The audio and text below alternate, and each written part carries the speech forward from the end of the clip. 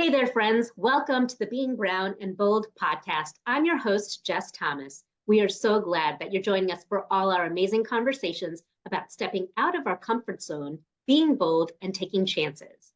Today, I get to hang out with Sajani Amarasiri, founder of Kola Goodies. She is an immigrant female founder on a mission to create a more culturally representative and equitable wellness industry, bringing together the best of her roots in Sri Lanka and her life in America. Sajani was born and raised in Sri Lanka and then came to the US at 18 for college, then worked in building tech supply chains at Microsoft and Amazon. She leveraged that experience with her unique insights to her culture to create the first wellness company to directly source from and give back to the communities today's trendy ingredients and rituals originate from. She founded Kola Goodies, which directly sources from small farmer collectives in South Asia. And if you are not following her on the socials, you need to, because she is such a delight. So Sajani, it is so great to have you here on the podcast. Thanks for having me, Jess. I'm so excited to be here. And you inspired me. I was like, oh, okay, I need to bring my, what I call it chaya because I'm Malayali, to the conversation. That's awesome. And does it have spices or no spices? This one is just cardamom. Growing up, my parents didn't put any spices in our daily chai, but then when company came, we would have cardamom. And I didn't know that people put other spices because it wasn't, I feel like chai is just very personal, like your family recipe. Exactly. It's just not a one size fits all, right? Yeah. I know. Well, but before we get into the deeper conversations, I want to talk about your name, the name of your company, how to pronounce all the names, what it means, because I feel like that's a very strong part of our South Asian identity is our names. So tell us about yours. My name is Sajani, and I've asked my parents what is the meaning, and then all they can come up with is like, it is good genes, because Jana is genes and like good genes. I know it's different ways in India that they pronounce it, but in Sri Lanka it's Sajani. That's it. Got it. Amarasiri. Actually, my last name, it means my dad's actually last name was Fernando, but they changed it because he was born when they got independence, like a few months after Sri Lanka got independence. So they went back to like the Sri Lankan Sinhalese names because they all changed their names to get jobs. My grandfather actually has a last name called Fernando, but his last name is Amarasiri. He gave them all again a Sri Lanka, like a Sinhalese or Sri Lankan last name. Amara is like infinity. So, and Siri is also like living forever. The name of your company, how did you come up with that? It is so hard. People don't understand how hard it is to name a company. I can imagine, I don't have children, so I can imagine how hard it is to name a child, because I struggled so much with just naming my company. And it is Kola Goodies, and Kola means the color green in Sinhalese, and leaves. So like we would say, if it's tea leaves, we would say te kola. If people have heard about gotu kola, it actually is like the leaf is Centella asiatica. It is basically like just leaves, like like a leaf that is shaped like a cup, I guess. And so that is what that means. And I was just like, thinking about kind of the type of company that at the time, especially I was creating, when we started off squarely just in superfoods before we extended to tea. And I was like, oh, just yes, something greens. We will always have like superfoods are good for you. And then goodies just to like, I guess, just to make it fun. No, I love that. Especially, I feel like in our contemporary culture, when people think of goodies, they think of treats. And then when they think of that, they think of most things that are not actually good for you. I don't know why. I think maybe there's this connotation that if there's something celebratory, you have something that's rare and more luxurious. And in the olden days, for example, like ice cream. Yeah. Everybody didn't have a freezer, so ice cream was very rarely eaten on special occasions. Everybody didn't have an oven, so cake wasn't a common thing. You had it at birthday parties and weddings. That was why it's a big deal. Today's culture, oh, I had a bad day today. I deserve a goodie. Let me eat cake and ice cream. Your goodies are helpful and helpful. I like that. I like what you just said. Tell me about the different things that you make. So everything that we make does come with an eye of better for you and better for the planet and just better for the supply chain in general.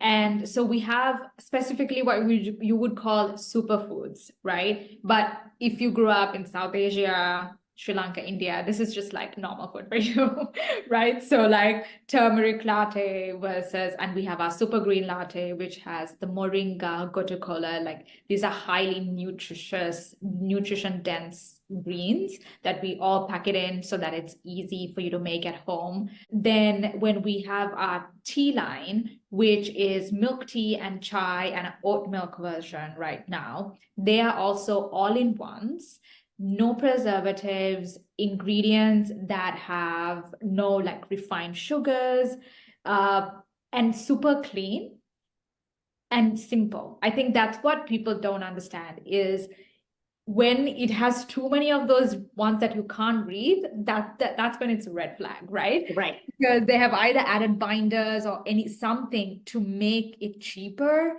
or emulsify more. So everything that we have made is like super clean ingredients, very simple ingredients that you can read, that you will basically find in your own kitchen. Always, how do we keep it as transparent as possible and better for you? Our milk tea has 80% less sugar than what you would find in a grocery store. Like if you go into an Asian grocery store, for example, or something online.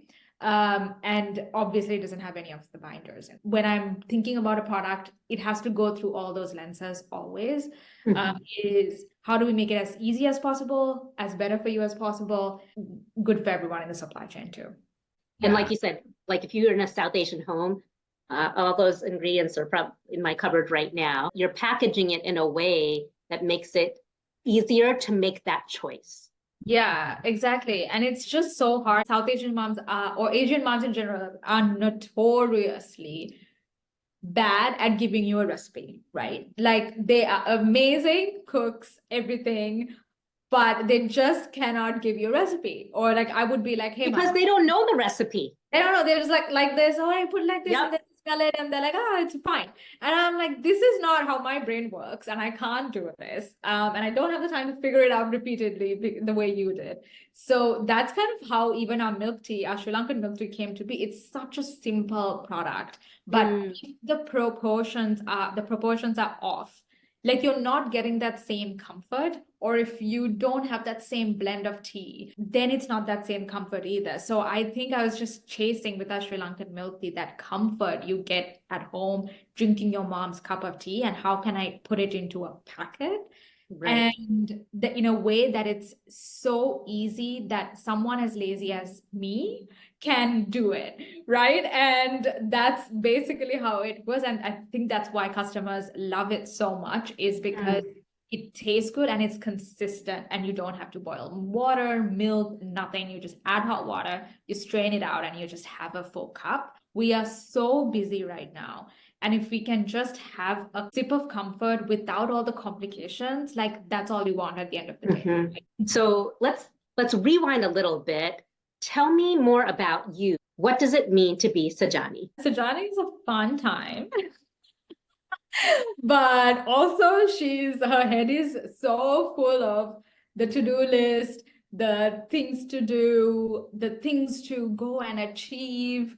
But at the same time, living life. That is, I think, my constant struggle also. Is like I want to live life. I have so much FOMO. Like when it's sunny outside, I'm like, oh, I just want to go outside. But then I have so much work to do. And so I think for me, it's always how about striking a balance. And it's so interesting to me because like when people see me or feel me, they're like, oh my God, she's like so fun. And I'm like, oh my God, if you can just look at inside my head, it's such a mess. You're carrying both.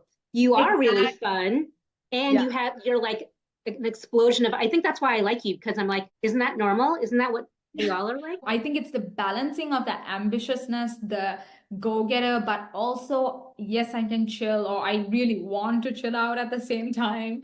And so I think it's just the all facets. Well, part of your identity too is your cultural heritage. Can you tell us a little bit more about that? I know you're Sri Lankan, but I don't know if everybody understands. To be Sri Lankan isn't one thing, right? And no one even, like, a lot of people in America don't even know Sri Lanka. It's like one of the things that drove me so much when I first, like, insane when I first came here. And a kid during orientation asked me, like, Sri Lanka, is that even a real country? And I just want to, like, pull my head about. You know, it is true. When we're in the news, we're not even in news for good stuff, because our country is extremely complex. It still hasn't done things, I think, in a lot of ways that it should have, for the past mistakes it's done. But at the same time, it is a beautiful place. And to anyone who doesn't know what Sri Lanka is, it's a small island, about a 20 million population in the entire island. It's off the coast, like it's India, Maldives, like we're kind of in the middle. It's like it's shaped like a mango or a teardrop if someone looks in the map, and it is in the South Asian continent. And we have a diversity of religions. We have Buddhism, Hinduism, Christian, Muslim, a burger community that is descendant from like Portuguese or it's a really vibrant country, and the cuisine is amazing. We don't have enough Sri Lankan restaurants in the States. It's so interesting because there's a South Indian element with the Tamil population, with idlis, dosas, everything. And then the biryanis from our Muslim friends are amazing. And then we have all like the Christmas cakes and all of that and the pastries that we did get also from the Portuguese side. And then the coconut curries and everything from Sinhalese kind of food cuisine, and it's spicy, it's good for you. It's so good. It is so many facets, and in a small country you can basically get from the ocean to the hills, to safari and surfing, like all in one. So everyone should go. It's a trek to get there, but everyone should go. Well, if they want to go, Kevin Wilson, known as Cross Cultural Kevin, he started a tour company. I know. It's a 10-day tour, and I think he goes everywhere in Sri Lanka. So you should totally do that. Yeah, plug for Kevin there. So for you specifically, how has your specific cultural heritage informed your work in life? For me, so I grew up in Colombo, in the city in Sri Lanka, and I grew up in a very entrepreneurial household. Both my parents were small business owners. We have a thing where we'll have lunch and we'll talk about, so what are we having for dinner? Yep. So I think that's an Asian thing. Like my friends in the Philippines do that. We do. I mean, I think that's an Asian thing. Yeah, it's a very food driven. This thing is like we live for food. My dad particularly was very particular about the food. He would like never repeat foods, you know, like he doesn't like leftovers and stuff. So it's pretty like, you know, spoiled like that. And for me, I think just growing up in like a normal household where mom and dad had milk tea every day in the morning and the evening together, that was like their time. I think that has also like impacted what I do now. But also a lot of these recipes, we say got it from my amma here, is because the entire company started with a Kola candle, which is our super green latte. And it is this healthy, amazing porridge that we drink in the morning. Like you put all the Coca-Cola and the greens that you can find, and you mix it with coconut milk and rice, and you blend it and you drink it. And you put curry leaf in there, you put ginger, garlic, everything, right? So it's like a very rice porridge drink. Yeah. And we had to have it every day before going to school. So that is basically what I'm doing now. And so clearly everything that she did and, you know, took the time to do growing up in Sri Lanka is kind of what I'm doing now. So did you enjoy that though for breakfast before going to school at that time? Never. I didn't even enjoy tea when I was growing up there because you just take so much for granted, right? Yeah. Until you kind of move away and you're like, oh man, I miss my mom's tea. Or I miss this green thing that I used to have, which was given to me every day and it showed up in my breakfast table. Then as I'm asking her, like, how did you make this? And it's like hours of prep. And I'm like, I don't have that time to do it, right? But when I was at an age like in my 20s and I was working and I'm like, I'm eating not great. I'm not having the same type of diet that I used to have in Sri Lanka. I would eat like Kola basically because it's there. Like you would eat this super nutritious green every day. As the green that you're eating, or like so many vegetables around your rice plate that would be there. And then as you are, out of college and like, you really want to pay some attention to your health. And then people were like really liking celery juice. And I tried it and I was like, I can't do celery juice. I'm sure it's really good for you, but I just can't. And I just couldn't do it. And so that's when I was like, why aren't people like, we have these things in Sri Lanka, I'm sure in India and everywhere that you grow up, like variations of these Ayurvedic really good for you things. And now I appreciate it so much more. It's just like everything, like hair oiling, like all of these things that you just didn't like when you were growing up. Is I was like, now we are loving it because we appreciate it so much more. I think part of it is like true that when you're a child, your taste buds aren't fully developed. So we genuinely didn't like those things because it didn't taste good to us back then. And so now that we're adults, or even textures like mushrooms, eggplants, those kinds of things, a lot of children don't like those things. But then as adults, we appreciate those things. So I think part of it isn't that, oh, we scorned our elders and their traditions. I think we really didn't like it. And now we actually really do. Yeah. Oh, I had no idea. Yeah, you're so right. Like we now probably have this, and there's a sense of nostalgia also, probably. Right, right. So speaking of nostalgia, when you were a kid, what did you imagine your life would be like as an adult? Because you grew up in like a metropolis, because isn't Colombo the capital? Yeah. I mean, it's Yeah, like, how places have like the capital, it is basically, it's where yeah, everything happens. yeah.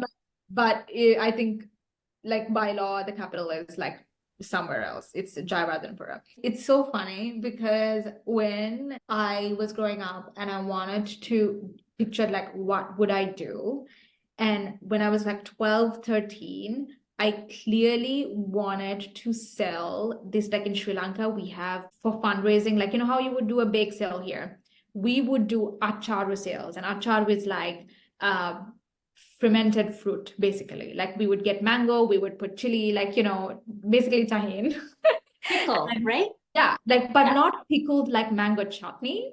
Oh, It's like fresh. Like, so you put the chili, lime, salt, all of that. And then it's like very tangy. And yeah. there are sellers outside of schools selling it for 5 rupees a bag. That's the context I had of like, oh, people like sell these things to raise money or whatever. Like I had this picture that I would own a small business. And sometimes it was this achara, this thing. And sometimes I really like when I was older, I really wanted a lifestyle store that I really loved in Sri Lanka at the time called Odell. Because I hadn't traveled outside of the country. Like I didn't have a context as much. So, but I did know that I was going to do my own business. And actually that changed when I came here because America, when you come to university, it's like the corporate path that gets, right? But I didn't have a context of the corporate path because my parents both had small businesses. Mm. For me, work and things that I do when I grow up is like, oh, I wake up, I will then go to my own business, and then I'll do something in there and then come back home, just like my Yeah, mom. yeah. Right. So that's the context I had. So it's so funny that now, like, I went down corporate and then I now took this path, and also in a completely different country. Like, not in 100 years would I have thought that I'll be in America, but I was thinking that I will have a small business of my own. Hmm. So it sounds like you always want to be an entrepreneur. I mean, it sounds like you took a Yeah. roundabout way to get there, though, right? Yeah, I think I always did, but it's just really hard. When you're like 12, 13, you're 16, and it's like a dream state, right? And then when you come into college, now you gotta actually figure it out. And you Mhm. gotta figure out in ways that how can I stay in America? Like, you need to get a job to get sponsored, and then you can stay. So now looking back, it's always like I tell this Steve Jobs quote, which has guided me since I was basically struggling to get an H-1B visa to stay here. The dots don't connect when you look forward, the dots only connect when you look backwards, right? And he said this thing in one of his commencement speeches, and it has literally been like one of the things I'm like, okay, the dots are not connecting right now, but in 5 years, when I look back, it will connect. And it's so now looking back, I'm like, oh yeah, of course I wanted to do that. But then you kind of forget those dreams. And I even remembered this only when I was actually speaking at a panel. And I'm like, oh my God, when I was 12 and I was dreaming of what I wanted to do, I actually wanted to do this. And then, you know, your memory jumps back in and you're like, you're kind of doing it now. Yeah. So but in the moment, I think we are just sometimes so unkind with ourselves. But there's also this process of just like trusting, because now when I look back, if you're just telling the highlights of the story in a bullet point, it completely is like, obviously you were supposed to do this. And then I chose supply chain in college because it was the most niche thing that you could do so that you could get a sponsorship. And it was just this like crazy myriad of things that then had to happen. And then, but I think that life has a funny way of nudging you always in where you want to go. Even though I was so busy in tech, I still found time to do all these side hustles and I would have like a clothing store and an online clothing store. I went to LA and I bought a bunch of stuff in the garment district and I sold it out of my guest bedroom in Seattle, you know, just things like that. And I kept doing these side hustles until I had the courage to actually quit and start something, which itself is a whole other story. Like it just takes so much like mind games to do that. But yeah, so now it just feels like that. But when you're in it, it doesn't feel like it is so straightforward. Yeah, yeah. So did you, when you were growing up, did your friends think, oh, that's Sajani, this is the way she is? Or were they like you? Were they all ambitious like that? Did any of them come to America for college, stay here?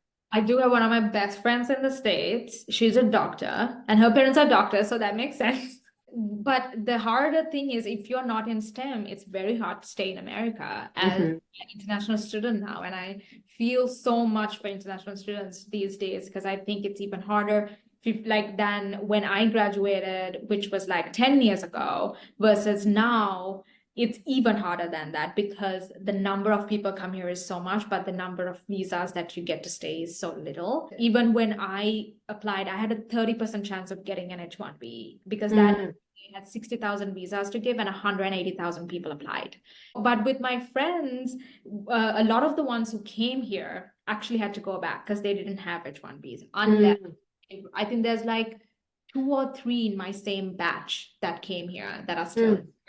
A lot of them went back home. Either they had their own family businesses. I didn't have that option. Like, it's not like my parents are like, hey, come over, take this empire over. I had to like figure out like, let's stay here and make something happen. And also, actually, at the beginning, I didn't want to even stay until I did meet my husband. I'm like, okay, maybe staying is not too bad.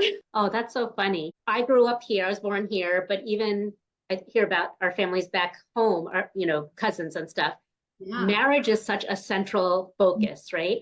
So here, I don't know how it was for you growing up there, but we're told you're not allowed to date anybody. You have to get your education, then you have to get your job, then you're allowed to think about marriage. But then, don't be dating all these people. Don't date for a long time. Just find somebody and marry them really quick.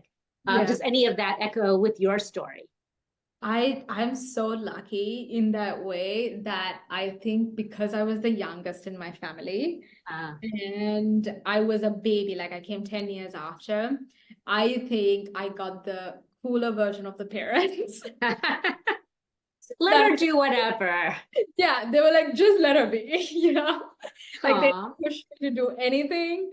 They didn't even push me to study. And it was like, none of it. So it's so interesting. I feel like reverse psychology worked. They didn't even talk about marriage. Like marriage was not a topic that I do know, even with my sister.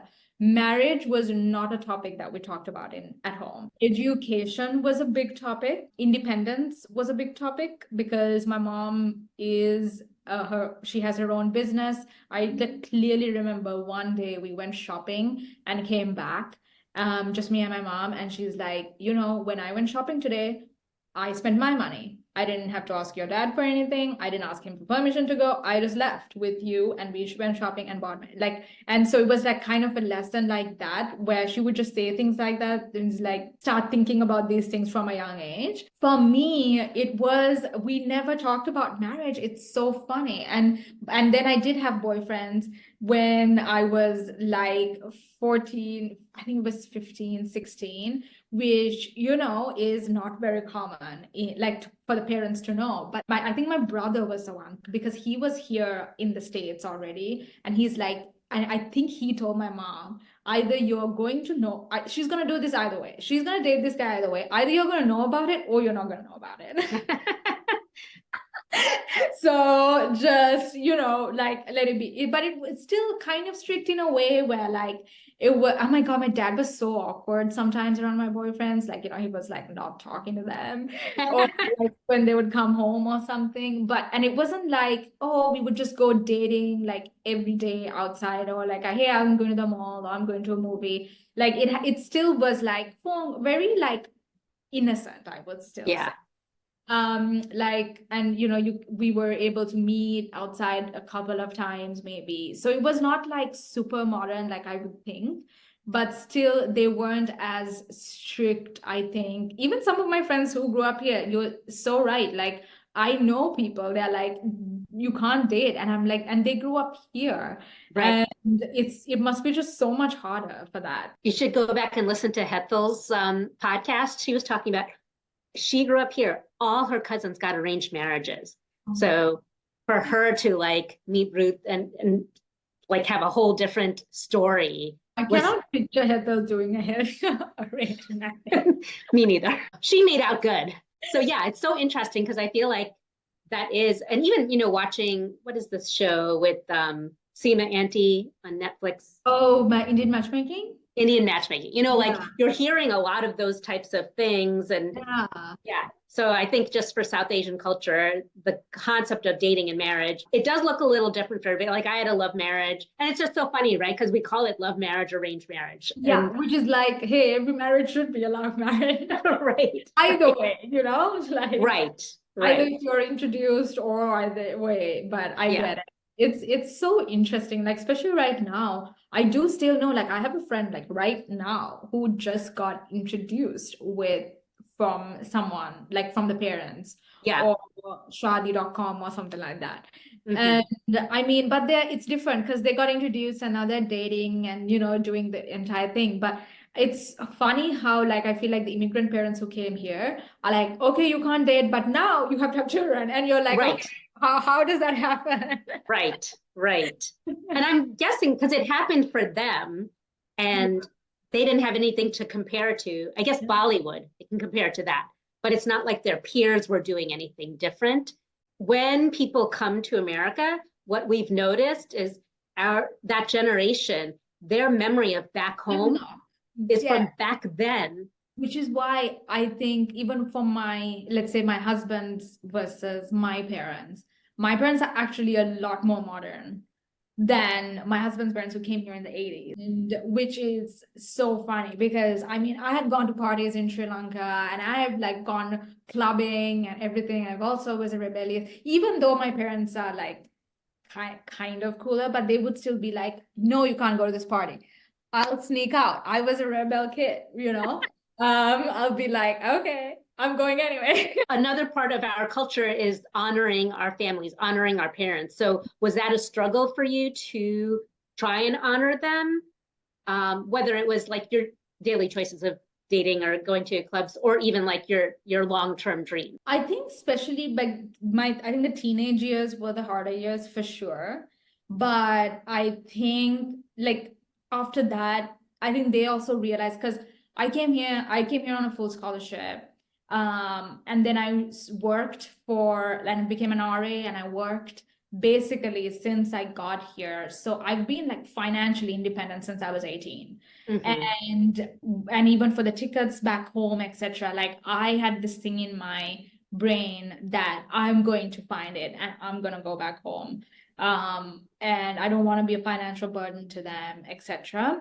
So I think even from then they were just like not that like worried or attached or like thinking so much about honor for them. I think more so they hated lying. That was, I think, the thing that honesty comes for me from now was like they're like, I don't care what you do, but we hate that you're lying about this. Yeah. Right. And that was like, oh, that's what I don't like, you know, of like my upbringing or like the what things I chose to do. And but at the same time, I don't think it was done out of disrespect for them. I think it was done because I just wanted to live life or I wanted to go it. And I think that those things still can be together. And at the same time, we're like, I'm not disrespecting you. But at the same time, I want to go and do this. And I don't think that's a disrespect to you. I think, especially parents, and I think the newer parents are starting to understand this, I think, where you're bringing a kid to the world, not to be like molded by your standards, right? But I think at that time it's harder for them too. And like you said, my parents didn't grow up in Colombo, and they grew up out, like my dad is from a smaller town in the hills. And I did see the difference in some of my friends' parents who were brought up in Colombo because they did go to the parties in Colombo, right? And when they were growing up. So, and they knew that it wasn't like crazy. Like, so they had a level of a trust. Whereas I think when you come from a village or a smaller town and you hear about these parties that happen in Colombo and you think, oh my God, it's like the worst thing. And you make that up in your head when I literally am not doing anything, I'm just dancing with my friends, you know? Yeah. It's just hard for them to understand it because it's just not the same cultural background that they grew up with. And so that was like a little tough, I think. And is your husband also Sinhalese? Yeah, he's born and raised in Toronto, but he's also Sri Lankan Sinhalese. That must have been like nice for your parents to be Oh like, my okay. God, they thought I was gonna marry an American. I mean, like, you know. Yeah. They were like, so the moment that they heard, and the funny thing is, I met him when I was visiting Canada, and they are family friends. Like I was staying with a different set of family friends who happened to be his cousins. So they kind of knew, or they knew Rose's parents. I remember, like I just said, oh, I'm starting to talk to this guy, Rashane. And then my mom had literally called my best friend in Sri Lanka and be like, oh my God, I hope they're dating. I hope they date soon. I hope this works out. Because, you know, she was like so excited to know that, it's comforting for them probably even across the world that your daughter could end up with someone they kind of know. Yeah, I'm sure they were like over the moon about that. He is like this perfect, like engineer, software engineer, bright guy. And my brother actually had spent time in Canada in the summers when he was going to college. So actually knew Ro more. Yeah. And I did. Obviously, it was the first time we were meeting. And my brother had told my mom, Roshan is like one of the best kids in that family. And so I really hope this works out. So they put all the pressure for Romo. And then did you make him come to the US, or were you both? Was he in the US anyway? Yeah, they have such a cool program in Canada, and they do this. It's a 5-year degree. Like even your bachelor's is 5 years, but every other quarter or semester, you're basically doing internship at a working, like really working. So by the time you graduate, you have basically 3 years of school and 2 years of work experience. Christmas Day, we met on Christmas Day in 2010, which is wild. I'm like, oh, he's my Christmas present. He had just come back from his last internship at Microsoft. And he had the offer then. So he was anyway moving to the US. And then that timing was kind of perfect also. Like it had to be the right time. I don't think if we had met any other time, it would have really worked out. So yeah, you come from this very multicultural island, and then you come to the US and you see faith expressed in so many different ways, right? Because there's so many different religions, even within Sri Lanka, but then America is just like everything. And so has there been any faith or belief system that has informed your outlook in life? So I was born and raised Buddhist. I think I've gotten much closer to Buddhism being here rather than when I was growing up, because in Sri Lanka, and when you're taught Buddhism, taught as a religion, right? So you're like, oh man, I need to like learn all these chants. If you really think about the spiritual aspect of Buddhism, the pillars that it talks about, it's so simple. I meditate a lot more now. I grew up meditating in my school because my school was a Buddhist girls' school. But I wasn't meditating. I was just like eating snacks, under the table. Especially after I started the company, I've gotten way more mindful. And I've just had to meditate more to calm my brain down and things like that. So I do think there's an element of what I'm doing now and my practices of just more mindfulness, those kind of Buddhist practices that I still follow. Yeah. So the podcast is called Being Brown and Bold. I feel like it is very bold to have I'm assuming, a very stable job in the supply chain industry and tech to go to being an entrepreneur. So even though that was your dream, like, how did you come about to like make that bold move? Was it a side hustle first that then you went all in? It was, I think, the hardest jump I had ever done. I think I woke up in sweats basically since I decided to do it for like 6 months after. And I had all these Excel spreadsheets of here's how much I have saved, here's my run rate, 2 years in, and I'm gonna do this. If not, I'm going back to, like, I was like such a type A about it. I think for me, the money aspect played a huge deal in it. I had so much financial stability, and honestly, an amount of money that I didn't expect. I don't think my parents have seen as a starting salary in tech is insane. I didn't know about that when I was even came here. So for me, it was all of that. And I now know how much potential you can earn in that industry. I was so financially independent since I was 18. So that for me has played a huge role in kind of even how I see myself. I was so into saving, like I basically save 100% of my income when I was in corporate, like investing, like I'm so into that, just making sure that I'm financially okay. Yeah.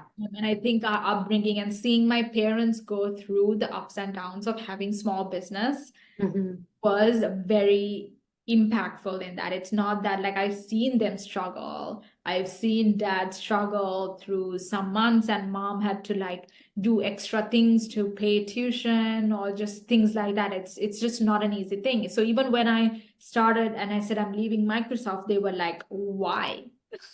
Yeah. And I was like, well, you guys are small business owners, and then I can start a business. They're like, we didn't have a choice. We didn't go to college. We didn't have any other training. Like, we had to do this. And now you have a college. You are at a job that for them, obviously, it's such a big deal, like Microsoft, like. Yeah. And all of that. So it was such a big deal at that time. And it was just not an easy thing. But I do think it was the right choice. And I do think actually when working there was the right choice. Working in tech was like the right choice for me, because a lot of people right now are like, oh my God, if you have a dream, just go for it, right? But a lot of us don't have that luxury just to go for it, Right. We can't start a business when you don't have a visa to stay here, or you can't start a business if you don't have the capital. Like, being there for 4 or 5 years and having stocks, having bonuses, having a great paycheck, and saving it then gave me a level of freedom that I can now go and explore the entrepreneurial path without having to raise money or things like that. And also, it's a very big privilege to have a supportive husband, right? And I understand, like, I have girlfriends who are single, and it's just so hard to do a full-time entrepreneurial thing, Right. if especially you don't have that support, right? Right. Yeah. So yeah, it was not easy. I did have a lot of side hustles while I was I was working in tech. And then the thing that I jumped off for was to start actually the first co-working space in Sri Lanka. I went back home in end of 2018, 2019, and I started a co-working space. And Wow. that was the jumping off point, because that was like one that I couldn't side hustle from Seattle, Yeah. that. And even that, though, I started while I was at Microsoft, and I got it into an operations break even in financially before I left. And then I was there, and that being and going back there actually then helped me start Kola Goodies. Like, being an immigrant, my superpower, I think, is bringing something from there here, and also taking something from here there. And for me, the co-working space was that way of starting that. And like, literally, now there's so many co-working spaces, but when I was starting it, I had to like teach people what a co-working space was. Yeah. But that going back home then, kind of connects you back to your roots, like, and that helped us start Kola Goodies, because I was able to like find farmer collectives and just have a bigger root back in Sri Lanka. So yeah, it was just not easy, but you're right, it was a bold move and it was a hard one. Yeah. I mean, it feels like it was an educated move, not a let me just, Let me just go. No, I had spreadsheets full of like yes. nothing. Aw. And I love how the story continues to unfold, right? Like how old is Call of Goodies now? So we started, we had an MVP in 2020 and we launched 2021 August. So now it's going to be like, it's 2.5 years, almost Okay. 3 years. Yeah. Is wild. And you just never know. Like, you're just like starting, and it's not a huge company. It's still a very small company. Mhm. And but we're still figuring things out. But we finally have, I feel like, a product market fit that people love milk teas and chai, and that has helped us get places. Well, I'm excited to see how it continues to play out. It's been so fun watching you grow on the socials and just seeing your products and your reach. So I'm excited to hear how it's going to continue to grow. Before winding down, a very important question. Do you have a curry plant? I do. Which is so surprising that you asked me, and I only got it a few months ago From the farm out there? Yeah, Kola. Yeah, shout out to Kola. Kola Nursery. She grows incredible curry plants here in Oakland. Not even in Sri Lanka did I have a curry plant, Oh, wow. Yeah, no, like we actually didn't have much backyard space. So I don't think we had a curry plant there. And but it's always there. You just go to the market and you get a bunch of curry leaves, right? It's like not a big deal. Whereas here, you order it from Indian grocery store, it has to get delivered, everything. So now I have a tiny small Aw. plant, and its name is Curry. I love it. Yeah. And if you need any curry leaf plant, there's actually an article from Food 52, and I'm in it, and Kula's in it. Like, it's just a fun article about curry leaf plants. Padma Lakshmi, her stepfather has a whole curry leaf plantation in like Southern California. Do you know what we call it in Sinhalese? Karapincha. Karapincha. Yeah. Kari? Kara, Kara, Pincha. Ah. Karapincha. We call it in Malayalam Kariapala. Oh, it's kind of similar, right? Yeah. Yeah. But I think in the north, what do they call it up north? Karipata. Oh, Yeah. so something K with everything. Yeah. Yeah. Which then, colonization and the story of curry powder that's used in the West, Yeah. which, they couldn't say curry. And so they said curry. And then they made this masala, which is not anything we would use. Yeah. It's just so fascinating. So truly, Yeah. if you were just relaxing and you wanted a beverage to sip on, Yeah. would it be chai? Would it be milk tea? Or would it be something else? I think it totally depends on my mood. And I love a good milk tea when it's like comforting. I love the chai with our cardamom, because our chai is ginger cardamom heavier. And so when I like need some like energy, so if I said relaxing, I would go for the milk tea. Mhm. And honestly, I know this is so boring. I love water so much. I'm like such a water girl. Plain And water, or do you put anything in just it? plain water. Just plain water. I love hot water. Like it's so weird. Even when I was growing up, I wouldn't drink Coca-Cola, Pepsi, like none of these things. Literally, I only drank water, milk when I was like a kid. I only drank water, milk, and king coconut. I don't know whether you know, it's like it's actually a native thing to Sri Lanka. It's like people here drink coconut water. It is a king coconut is a orange outside, because a lot of coconuts, when you see it's green outside, like Yeah. raw coconut, it's actually orange outside. And Ah, it's like this sweeter coconut water that you have like on a hot sweltering day in Colombo. All you want is a good chilled coconut water, like that clean coconut water. It's so good. oh, that sounds really good. Okay. At some point, I need to get to Sri Lanka. My parents just went to Sri Lanka Oh, in they did. December for the first time. Yeah. Did you like And it? I think so. And for them, because they grew up in Kerala, for them, it's like, oh, this is just like Kerala, and that's just like Kerala. They do say it's very similar to Kerala. I still want to go to Kerala. They say it's like Sri Lanka or Colombo is very similar to Kerala. Yeah, I would recommend going to Kerala Yeah. because The it is really greenery cool. and apparently even the food is very similar. So I think there are some things that are, I mean, like the hoppers are, we make yeah, the same thing. We Appam, call it yeah, palapam, dosha, the coconut sambal is yeah. similar to our coconut chutney. If there's a listener that wants to make a bold move, but they're hesitant, what would you say to them?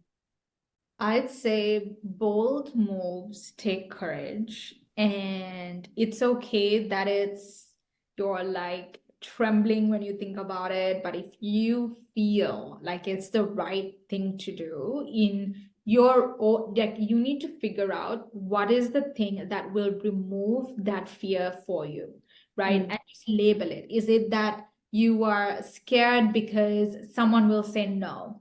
Then what's the problem? Like, if the worst thing is that they'll say no. I feel like the easiest way to make bold moves is doing it in little steps and having a plan. Like, if you're a person that you understand what your values are and what matters to you and what's holding you back. Like for me, it was the fact that I would not have an income, and finance and money and financial security did matter to me. So making sure I have a savings plan. And these bold moves are not as sexy as like on a YouTube video, people will be like, go live your life, jump off a cliff. Like, no, for some of us, it has to be the very unsexy stuff, like making a spreadsheet and saving up yeah, and putting that on auto, this thing, or understanding like if it's something that is not financial, but like if it's a fear of hearing no, it's a fear of failing. For a lot of us, it's a fear of failing. And for me, like even now, I'm like, oh my God, I'm so nervous to like even apply to this, because what if I get a no? And I always have to tell myself, like, the worst thing that can happen is a no. right. And the best thing that can happen is you get a signal, whether it's right or not, right or wrong. Yeah, So yeah. like labeling what is on the other side of making that bold move if it doesn't go right, because for a lot of us the reason we're not making that bold move is the other thing that can go wrong, right? Mm-hmm. And just labeling it, naming it, then your brain can at least look at it and understand. Looking back at it, the dots will connect. That is what I'm gonna say. Yeah, that sounds wise. And, there needs to be some sort of risk, but it can be a calculated risk, and you can calculate on your Excel sheet. Yes. Get those Excel sheets. We were in Italy on a family trip in like 2022 or something like that. And then me and my husband, we were like, we love it here. So it was our first time in Italy, and we we're like, we love it here so much. We just want to extend the trip. And we're working remotely, and why not? Right. And then he could work the time, like the US time here, etc. Like, so, and I looked back at that decision. It was one of the most spontaneous decisions that we had taken.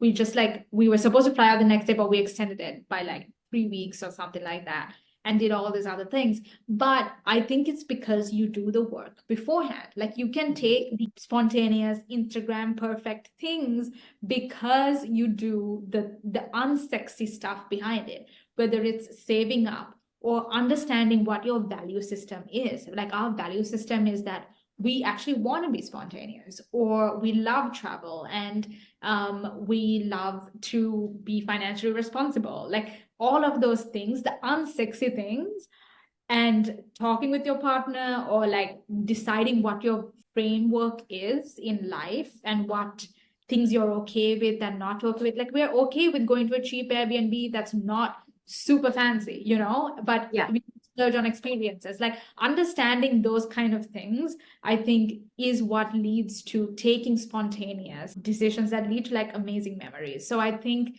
it's just the same way, and there's a lot of awesome stuff in the unsexiness of things. I agree. I don't think people give enough credit to mundane, but the mundane leads to spontaneous, which it's all a package, right?